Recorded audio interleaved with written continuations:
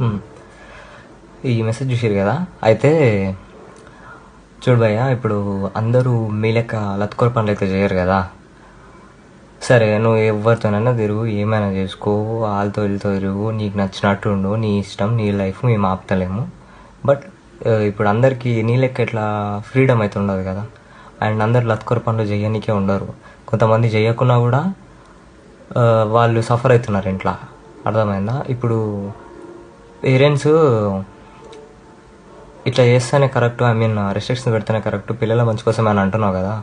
మరి ఆ రెస్ట్రిక్షన్స్ ఎందుకు పెడుతున్నారు? ఏమన్నా రీజన్ ఉందా? సరే, తప్పు చేస్తున్నారు అంటున్నావు, పిల్లలు తప్పు చేస్తే రెస్ట్రిక్షన్స్ పెడతారు.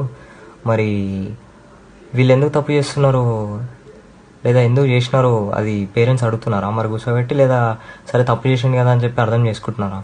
చాలా తక్కువ మంది, 100లో 1% అర్థం చేసుకునేటోళ్ళు ఉంటే 99% సొసైటీలో అర్థం చేసుకుని వాళ్ళే.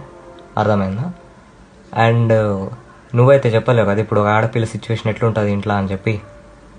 సో నేనేం చెప్తున్నా అంటే, నేను స్టార్ట్ చేసింది ఎవరైతే ఆడపిల్లలు సఫర్ అవుతున్నారు కదా, తప్పు చేయకుండా చేసినా సరే, వాళ్ళు ఎట్లున్నా సరే, వాళ్ళ కోసం మేము కొట్లాడతాం. టీం సీతామహాలక్ష్మి. Thank you.